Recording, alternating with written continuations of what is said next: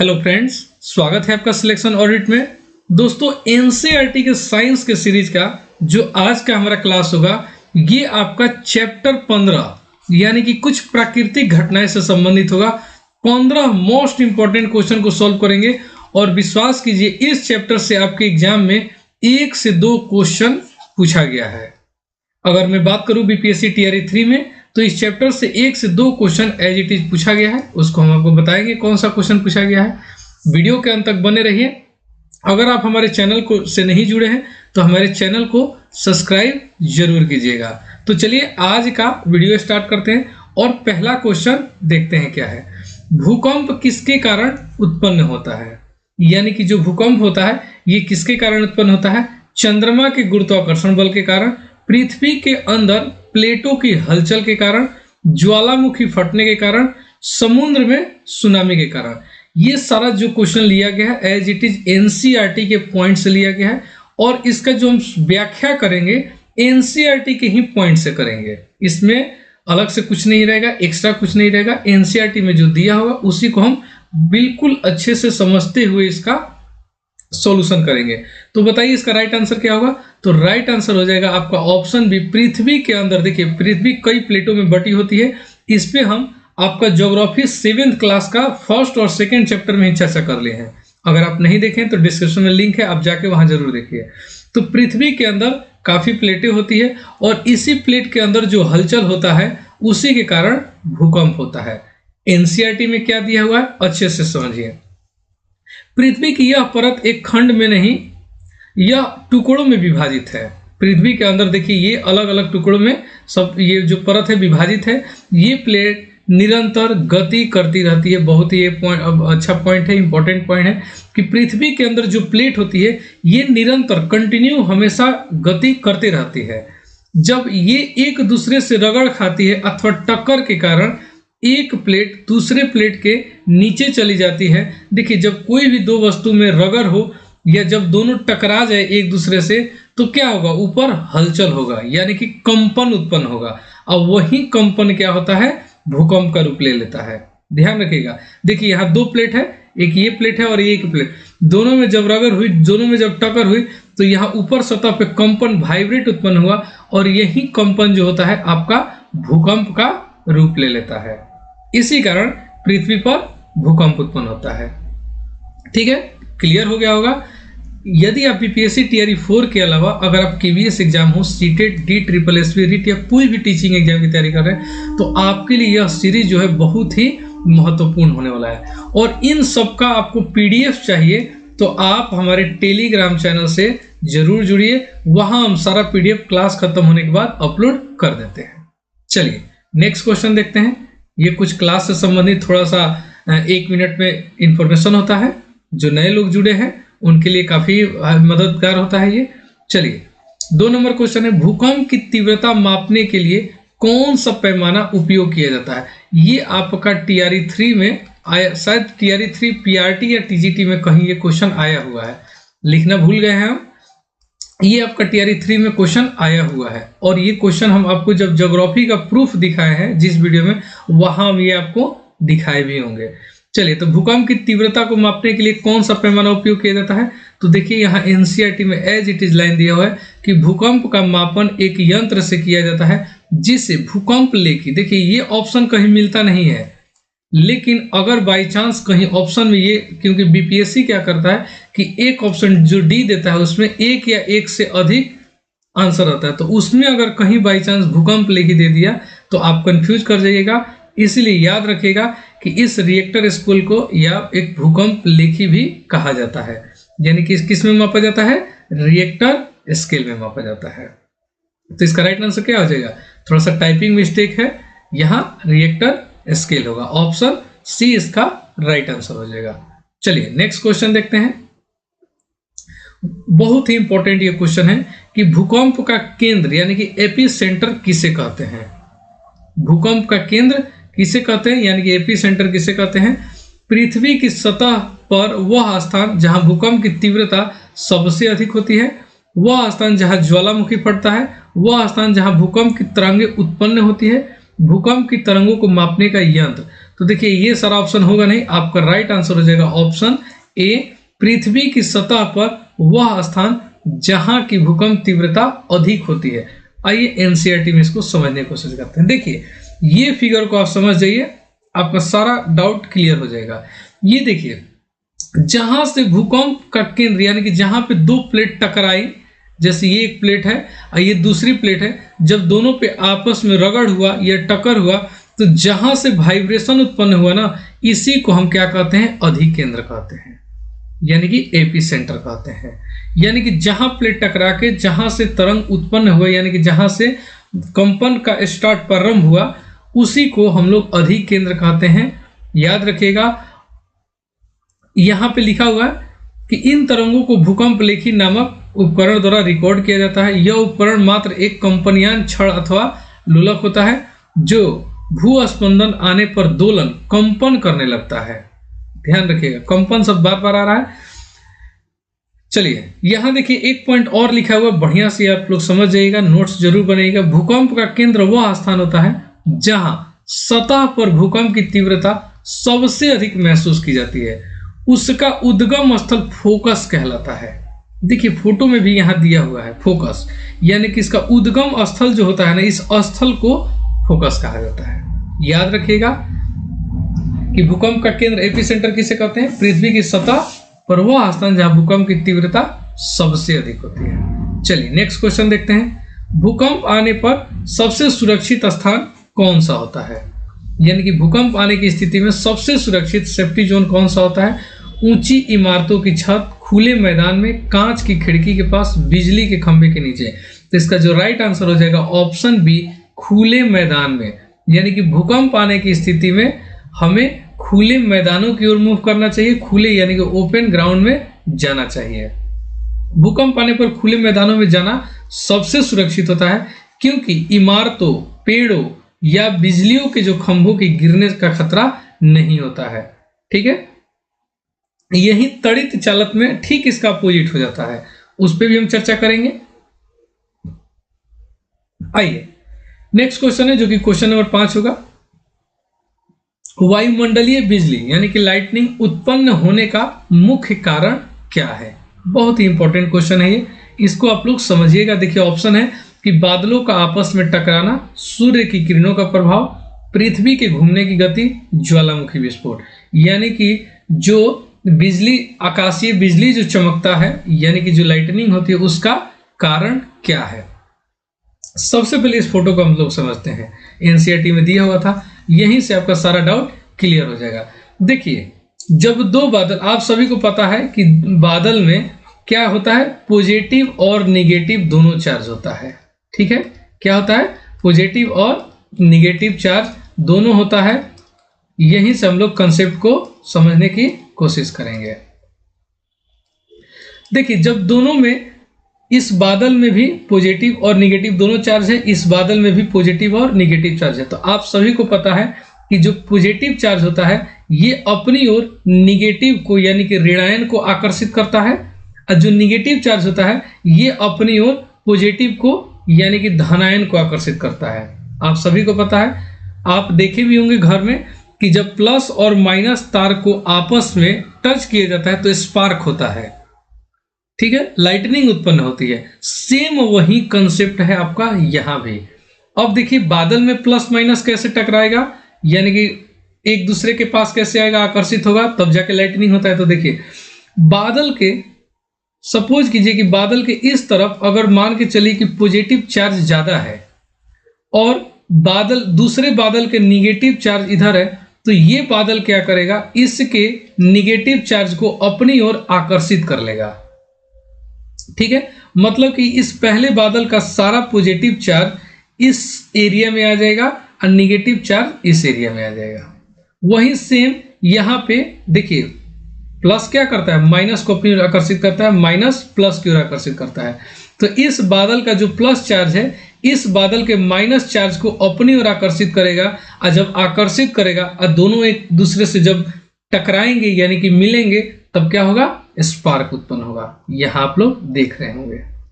ठीक है, यही आपका लाइटनिंग होता है कि जब इस बादल का प्लस चार्ज इस बादल के माइनस चार्ज से जैसे ही मिलेगा, आकर्षित होगा, तो लाइटनिंग उत्पन्न होगा। ये पूरा कंसेप्ट था हमारा। ठीक है, नहीं समझ में आएगा कमेंट में कीजिएगा, हम एक बार और अच्छे से समझा देंगे किसी वीडियो में। चलिए, तो इसका राइट आंसर क्या हो जाएगा? बादलों का आपस में टकराना। ठीक है, चलिए नेक्स्ट क्वेश्चन देखते हैं। देखिए यहां लिखा हुआ भी कि बादलों के टकराने से उसमें धनायन और ऋणात्मक आवेश उत्पन्न होते हैं। जब यह आवेश बहुत अधिक हो जाता है तो बिजली कड़कती है। चलिए, किस वैज्ञानिक ने बिजली के प्रभाव का अध्ययन किया है? इंपॉर्टेंट क्वेश्चन है। किस वैज्ञानिक ने बादलों में बिजली के प्रभाव का अध्ययन किया है? यानी कि बादल में भी बिजली का प्रभाव होता है। ये किस वैज्ञानिक ने अध्ययन किया है? Thomas Edison, Benjamin Franklin, Isaac Newton, Albert Einstein. तो देखिए एनसीईआरटी में एज इट इज दिया हुआ है, इसका right answer Benjamin Franklin. Option B इसका राइट आंसर हो जाएगा। देखिए कुछ फैक्ट दिया हुआ है कि सन 1752 में अमेरिकी वैज्ञानिक, ये बेंजामिन फ्रैंकलिन कहाँ के रहने वाले थे? अमेरिका के। अमेरिकी वैज्ञानिक बेंजामिन फ्रैंकलिन ने यह दर्शाया कि तड़ित तथा अपने वस्त्रों में उत्पन्न चिंगारी वास्तव में एक ही परिघटना है। ठीक है, तो ये कुछ एनसीईआरटी में फैक्ट दिया हुआ था, ये आपका राइट आंसर हो जाएगा। चलिए नेक्स्ट क्वेश्चन देखते हैं। नेक्स्ट क्वेश्चन है जो कि क्वेश्चन नंबर 7 होगा। बादलों में किस प्रकार के आवेश पाए जाते हैं? केवल धनात्मक, केवल ऋणात्मक, धनात्मक और ऋणात्मक दोनों, कोई आवेश नहीं। अभी आप लोग समझे होंगे कि जो बादल होता है इसमें धन आयन और ऋण आयन दोनों उपस्थित होता है, और यही इस बादल का धन आयन इस बादल के ऋण आयन को अपनी ओर आकर्षित करता है। और जब ये दोनों एक दूसरे से टकराते हैं, जब देखिए आकर्षित करेगा तो अपनी ओर खींचेगा, और जब खींच के टकराएगा इससे, तब जाके आपका बिजली यानी कि उत्पन्न होती है, यानी कि जिसको तड़ित चालक कहा जाता है। तो धनात्मक और ऋणात्मक दोनों होगा। नेक्स्ट क्वेश्चन है, जब किसी वस्तु को रगड़ा जाता है, इसको भी समझने की कोशिश करेंगे। ये आप लोग काफी अक्सर आप लोग देखे भी होंगे कि जब किसी वस्तु को रगड़ा जाता है तो उसमें कौन सा गुण उत्पन्न होता है? चुंबकीय गुण, विद्युत आवेश, ध्वनि ऊर्जा, ऊष्मीय ऊर्जा। तो इसका जो राइट आंसर हो जाएगा विद्युत आवेश। कैसे होगा?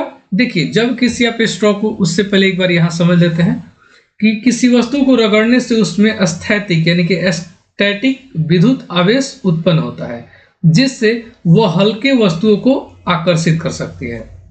यही सेम चीज यहां दिया हुआ है कि मान्यता के अनुसार रेशम से रगड़ने पर कांच की छड़ द्वारा अर्जित आवेश को धनावेश कहते हैं।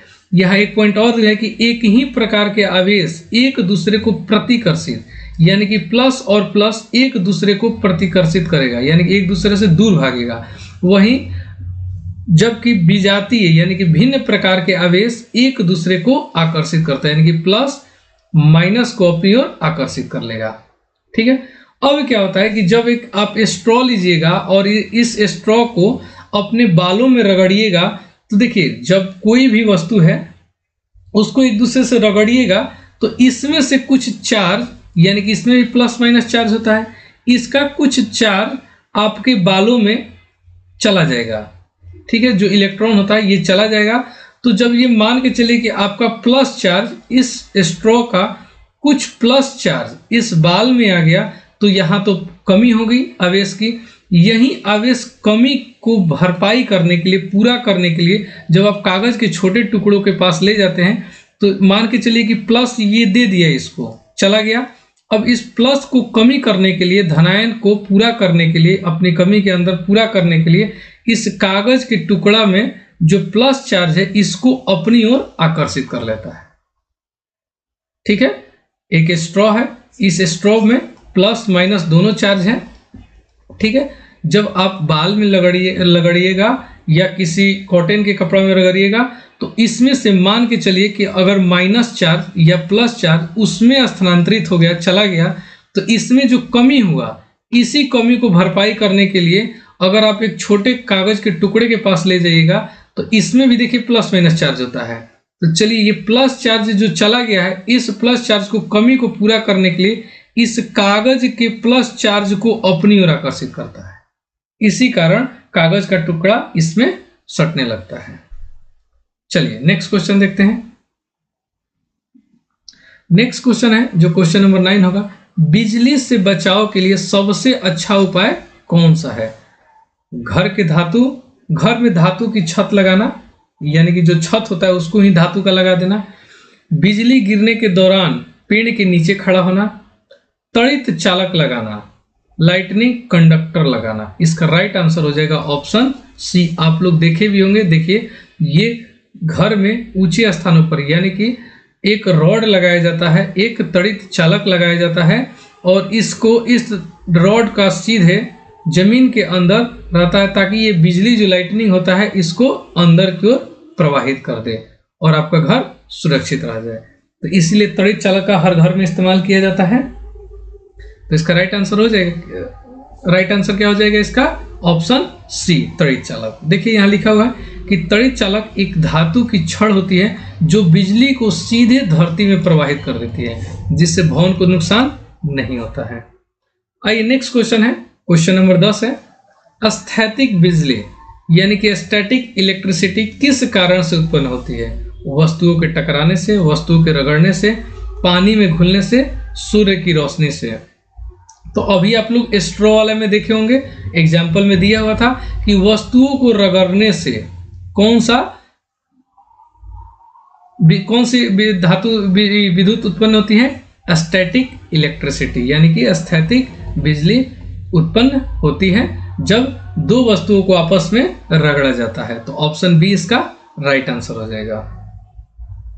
नेक्स्ट क्वेश्चन है जो कि क्वेश्चन नंबर 11 है, जब आकाशीय बिजली पृथ्वी पर गिरती है तो यह किस दिशा में प्रवाहित होती है? आप लोग देखें अभी बादल के टकराने से जो आकाशीय बिजली गिरती है वो किस दिशा में प्रवाहित होती है? ऊपर से नीचे, नीचे से ऊपर, क्षैतिज दिशा में, दाएं से बाएं। तो बताइए इसका राइट आंसर क्या हो जाएगा? तो इसका राइट आंसर हो जाएगा, देखिए आकाशीय बिजली ऊपर से नीचे ही आता है, तो इसका राइट आंसर हो जाएगा ऑप्शन ए, ऊपर से नीचे। बहुत ही आसान क्वेश्चन था ये। चलिए नेक्स्ट क्वेश्चन देखते हैं, सुनामी क्या है? ठीक है, सुनामी क्या है? समुद्र के अंदर आने वाला भूकंप, बादलों का फटना, आकाशीय बिजली, बर्फ का पिघलना। तो सुनामी बर्फ के पिघलने से तो होता नहीं है, आकाशीय बिजली से सुनामी नहीं आता है, बादलों के फटने से भी सुनामी नहीं आता है। सुनामी आता है समुद्रों में, जब समुद्र के अंदर भूकंप होता है तब जाके वो सुनामी का रूप ले लेता है।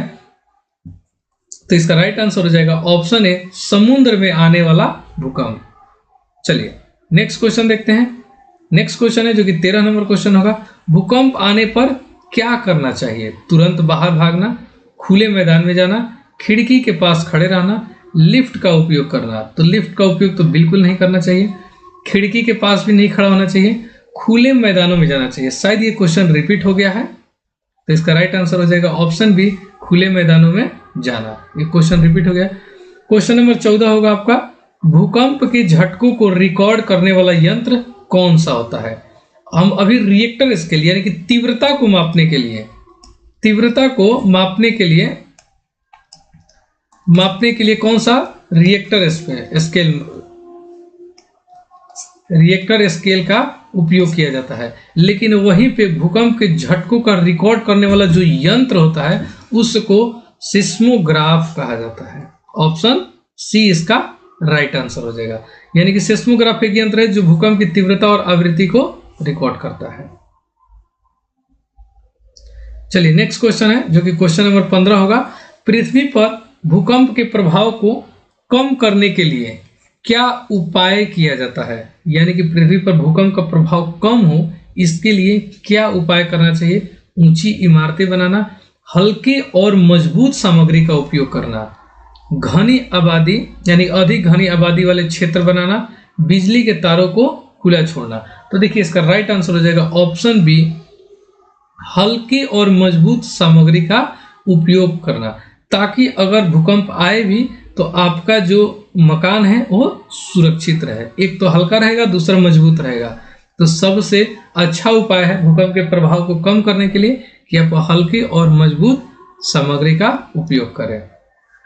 तो ये आज का हमारा लास्ट क्वेश्चन था, यानी कि 15 क्वेश्चन। ये चैप्टर आपके लिए बहुत ही महत्वपूर्ण है। पीडीएफ के लिए टेलीग्राम से जुड़िए। अगर आप हमारे चैनल को सब्सक्राइब नहीं किए हैं तो चैनल को सब्सक्राइब जरूर कीजिएगा। अगर पसंद आया हो वीडियो तो लाइक जरूर कीजिएगा। नेक्स्ट वीडियो में हम मिलते हैं, नेक्स्ट चैप्टर पे सॉल्व करेंगे पूरी व्याख्या के साथ। तब तक के लिए धन्यवाद।